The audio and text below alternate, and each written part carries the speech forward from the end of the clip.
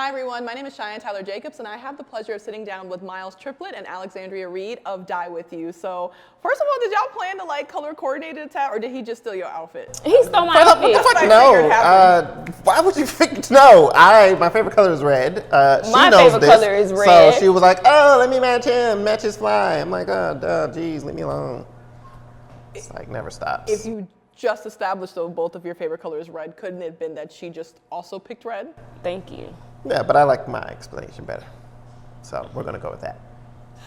This is gonna be a long interview, is it not? Okay, got it. So so thank y'all so much for sitting down with me and having this conversation. I personally really love this film for multiple reasons, right? It's a thriller, but I definitely think it has a lot of that heartwarming pull as well. So my first question is to you, Miles, not just as like the actor, right? Not just as Jerry, but also as the writer, director, and twofold. One, what was it like in your decision making for a lot of the post-production? So I personally really liked the soundtrack and the songs that I got to hear. Like, I think it really kind of set the stage of like, oh, I tripped and oh my gosh. Like it really had me like, oh, this, like I want to download these songs.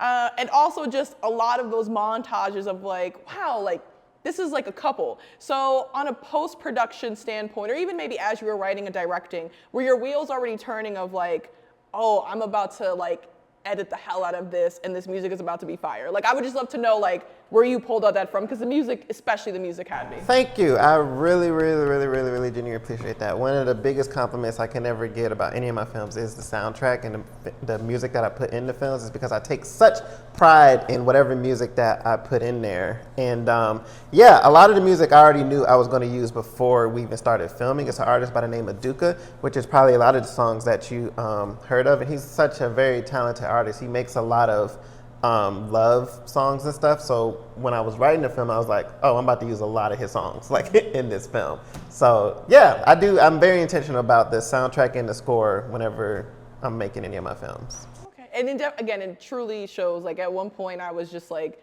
rewinding certain scenes because I'm like, I really like this song, so I hope I get to find out. And then it ended and I was like, damn it, I need the song.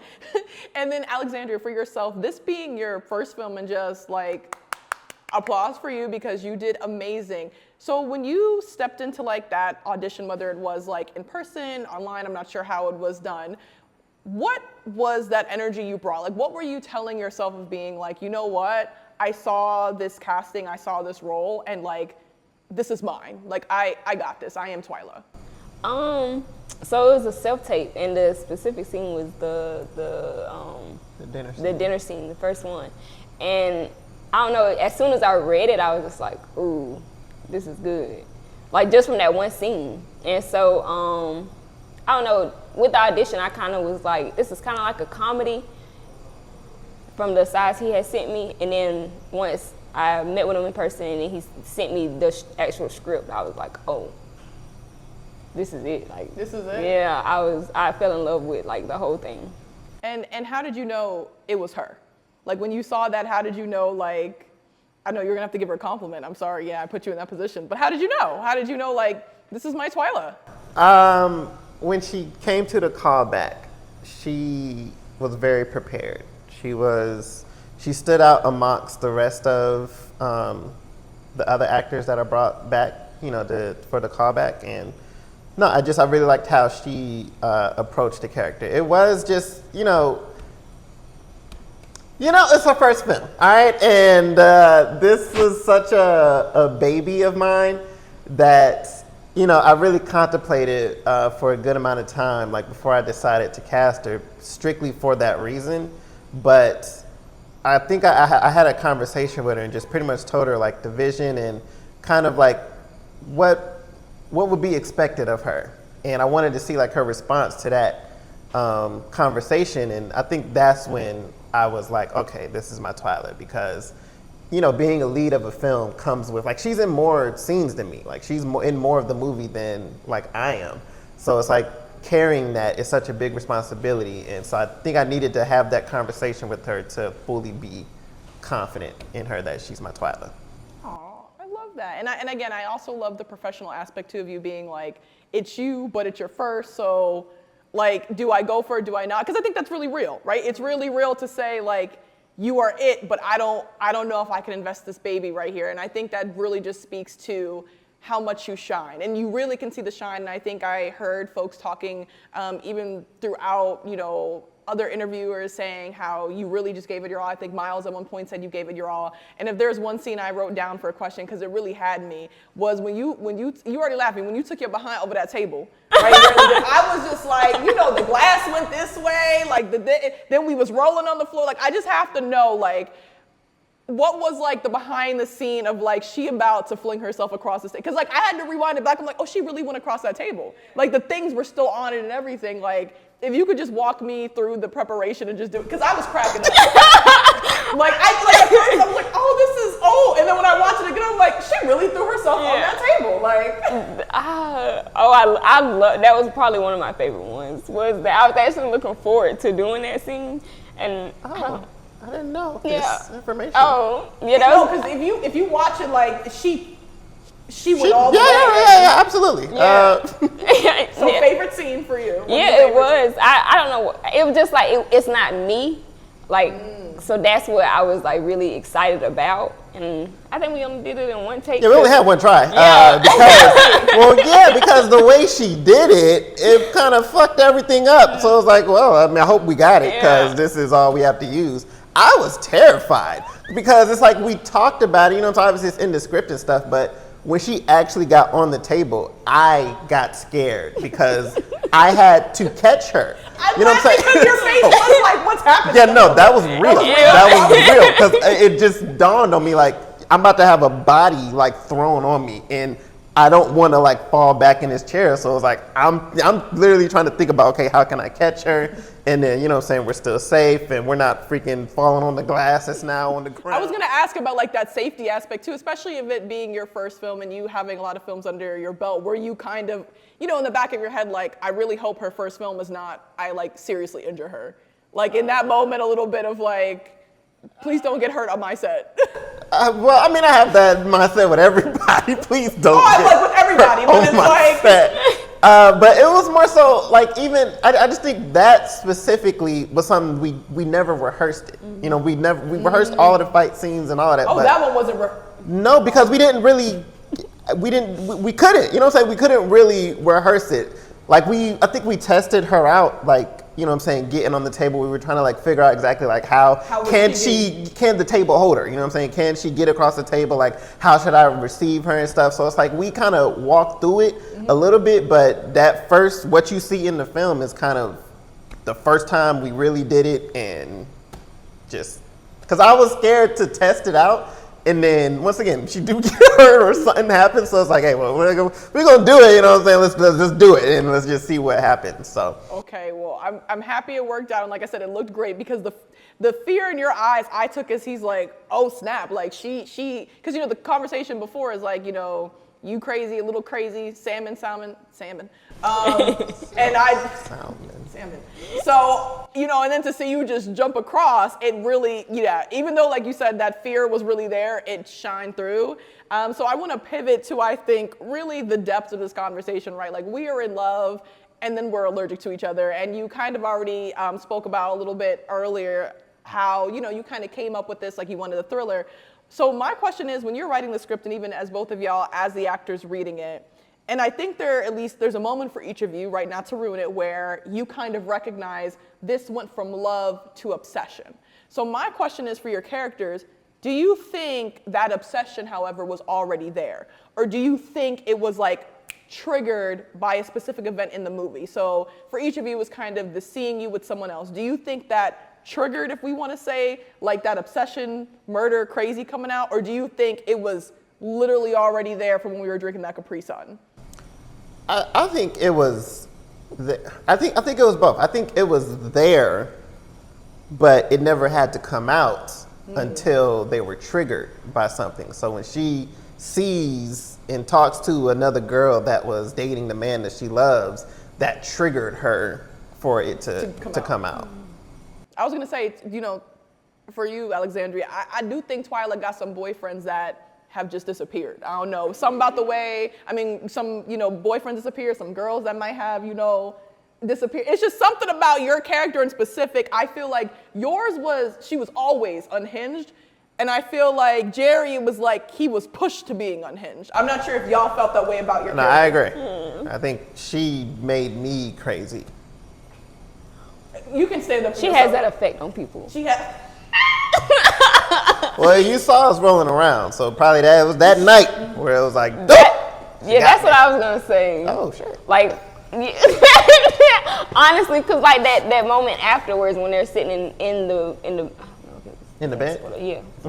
Okay, so whenever she was like, she'll take that Capri Sun now, I feel like that's when they connected. Like, he like, oh, she gets me. Right. And I feel like that might have been like a trigger point. An A trigger. And again, and for me, I think when I realized as the movie as a whole, and I'm not sure for you, Miles, as you know, you wrote this, if that was when you wanted us to know, oh, we've gone off the deep end, is when you laid back in the bed and we have the photos up of her. Like for me, that was like, oh, this whole movie just went south. Like we are now, because you like come in and you're like, la-di-da-di-da. Yeah. And I'm just like, oh, both of them are off the deep end now. So I'm not sure for you if you're like, this is when I want them to be like, but yeah. Yeah, it's definitely supposed to be a moment of, oh, okay, he's fucking insane. You know what I'm saying? Like when you look up and you see like that whole collage of the person. Yeah, I was hoping that's the moment where people see that. That was. Oh, okay. I know, for me at least. And then, you know, for you, Alexandria, what was it like mentally? You know what I mean? Because I think we kind of established even here that we think, you know, Jerry more so was pushed into it. It's like, you just got my girl, so now I'm gonna just, you know, come back since that's the game we on. Where I feel like for you, it really was, you can kind of feel this is who she was. So what was that preparation, even on a mental level of kind of like, you have to showcase that you're a little bit unhinged? Like, do you feel like you had to maybe pour something into yourself into this role? Do you feel like you were maybe a little bit exhausted when you came back into now I'm Alexandria and it's like, I can't just, you know, pop somebody because they on this date? Like, what was it like going into the role, but also coming out of that role? Going into the role, I felt like I had to pull from my past. But also I told Miles, like after filming, I actually lost myself because it was like Twyla had took over. And it was like a lot of the stuff, like her mentality it was hard to shake off. It was very like overwhelming in a way. And it's weird. Yeah, no, she was. I don't think I was prepared to take the role at the time because I was dealing with a lot. So I think that's how I got lost in being Twyla. And first I want to say thank you so much for that vulnerability. And I think I'm happy that you were able to have that experience with SVS, where I know the people there are like compassionate and caring and see you as that, to where if you do get lost, right, they're there to bring you back. So I just want to honor those feelings, and also I'm happy to know what happened in a space with people that can bring you back. And I think maybe to pivot a little bit is, you know, to ask, which, you know, it's in every movie you see, any like love, rom-com, whatever we're looking at, just to get your belief in the real world is like, do we believe in love at first sight? Because that's essentially what happened here with, you know, we tripped while doing this run or doing the push-ups or whatever, I think inclines it was, and then after that we just went into this full-blown relationship. So do you think that there is such a thing as love at first sight? Love at first sight? No. Okay. Yeah. The way you looked at me was a no, you know. If it's a no, it's a no. Yeah, it is a no. It's a no. Hell no. It's a okay, so it's a hell no and like a really big no. And for me, again, although this is a thriller, there were a lot of those, if I could be vulnerable, right? There was a scene that I really did like actually cry at. I'm not sure if we're supposed to do that in this movie, right? But let me tell you why, let me tell you where. Not to ruin it. It really was when y'all tried to make it work and you realize I have to let you go. And it was when Jerry went to the door to leave, and you could even express maybe for you in that moment, both directing and acting, like, because, you know, why maybe he went back if he was like, maybe we could figure out, and then you were already gone. And like, I really did, like, y'all had me at the airport just like tearing up a bit, because it was like that moment where unfortunately, I do think it happens in relationships sometimes, even if you love someone and you know this can't work, right? And it's like, so what was it like even in this moment of, you know, where especially depending on when you shot that scene, of really like we're exhausted, we're being sick, and then like you're just kind of standing in this empty room of like, oh, she really after you packed up your luggage though. Right. Like you was ready to hit the dip and you come back and so what was it like maybe for both of you? But I think definitely for me it was seeing you on the screen of like, oh, I'm alone, and like I did cry. I'm gonna lie to you. Yeah, no, I completely forgot about that part. But yeah, that is a part where hopefully people can feel that emotion of, once again, being in a situation where you're trying to be with, the person that you love, and then you have to come, like a decision has to be made. We are both dying, so somebody has to make a decision. So as the man, seeing, his woman like break down and stuff, it's like, okay, it's tearing me apart seeing her like this, so I need to leave. But then when he gets to the door, it's kind of a selfish thought, a selfish act, like, okay, like if I leave, she's gonna hurt. If I stay, she's gonna hurt. Mm-hmm. I'd rather stay and have her hurt rather than, her be out of my life with that hurt. So going back and then now seeing she was thinking the same thing and she's gone, it's like a whole, super emotional part. And I think that might have even been the part where he becomes triggered, like with his obsession, because it's like, okay, dang, I was trying to, save her, but, fuck it, I'm in this. And then seeing that she's gone, it's like, man, that sucks. I didn't even think about it like that. You think like maybe that's where the seed was planted. But then, and we're wrapping up on our final questions, we could say moved on first. So if y'all were to go back in the heads of like Twyla and Jerry, do you truly feel that there was ever in any universe a way they would have moved on from each other? Moved on? Moved on from each other. Like, do you think there's any scenario in this timeline that we're on that they ever really could have disconnected? Or do you think like if they were in the real world, they always would have been obsessed with each other? I think they always would have been obsessed with each other. I think it's just one of those couples that they, no matter what they do or wherever they go, they will always be thinking about each other. And then the last question I want to close y'all out with again, really just seeing y'all even sitting on the couch, seeing the energy, seeing like the soft care that you have for each other, as well as I could definitely tell y'all are hysterical. I've been seeing some of like the BTS even on SBS social media, different things like that. What is one thing y'all have learned from each other while anytime I ask you to compliment this girl, you start asking like, what's the problem? Like, last question, what is one thing you have learned from each other? And again, because it's a project, like what you just said, which is so important, which was your baby. And this is the project that not only you got, but you're the lead of, right? So it's like, I'm sure there were takeaways from each of you. And I would just, want the people to know what that was. Oh, not the look at each other. Please go first. No, okay. I think the floor is open for you. I think we should rock, paper, scissors, shoot. Yeah, we got the rock. Oh, do it. Rock, paper, scissors, shoot. Rock, paper, scissors, shoot. Here we go. The floor is yours. Rocks actually. Nice. I think Alexandria, I learned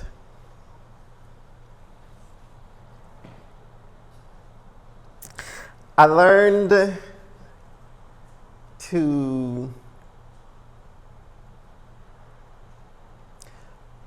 Alexandria reinvigorated my thought process on working with certain people who have, quote unquote, less experience. I do say she literally threw her entire body into this film as far as the work, the mindset, like everything that is needed to do a job. I don't even want to say like acting wise. I'm just talking about doing a job in life. I feel like she did everything she possibly could to try to do her best in this film. And just seeing that from day one at the callbacks all the way to the very last shot of their running scene, like when she was walking back from, we was done with the running scene, I could just see her body breaking down. Like I could literally see like how she was walking and holding her hips. I felt two things in that moment. I felt sad because I'm like, damn, she looked like she really hurting. But then I also felt very proud because, a lot of things that we did, a lot of times during the filming of this, like I feel like it would have been very easy to quit. It would have been very easy to complain. It would have been very easy to, say such things. But I never heard any of that from her. And that's something I'm very appreciative of when working with her, especially on this kind of movie, on this kind of role. I couldn't have asked for someone with a better mindset. Aww. That was so sweet. What was the question? What's something Sorry. you learned? She was just taking it all in. She was taking it all back. Wait, I don't get compliments from him often. I had to. Actually, a pin could have dropped in here. That is how quiet it was. A pin could have dropped. What have you learned through this process with Miles, or something you're taking away from working with him? I don't know. Working with Miles was an experience, I will say, but I'm truly inspired by Miles. Like, not just in the film world, but in life in general. Like, the obstacles we face, like with filming, like just seeing his adversity through it all and making sure his vision came to life. Like, I truly love that. Like, I love his work ethic, of course. Communication. I learned that communication is big with Miles, and I feel like it helped my communication skills afterwards. Like, talking with him and having like conversations and stuff like that. And he helped me to open up more to people. Like, just create like a safe space. I was like my favorite person. Aww. Safe space, trusting in people. No, I really love it. And I think that at the end of the day, regardless of the genre of a project, regardless of when we're filming and how many days, I think that's all anyone can hope for, especially in this industry, is to walk away feeling like I'm safe, I'm heard, and I'm appreciative, and I'm valued. And I think that's something you both have felt. And if I can, I never like to talk for people, but if I could, just from seeing y'all, I would like to say that I'm sure that extended out to everyone that was involved with this project. So I'm really happy to have had the chance to bring that out in this conversation today. Thank you so much for taking the time and being honest, being vulnerable with me. For those of y'all who are thinking about watching Die With You, if that wasn't reason enough, I don't know what is. My name is Cheyenne Tyler Jacobs, and once again, thank y'all so much for joining me. Thank you.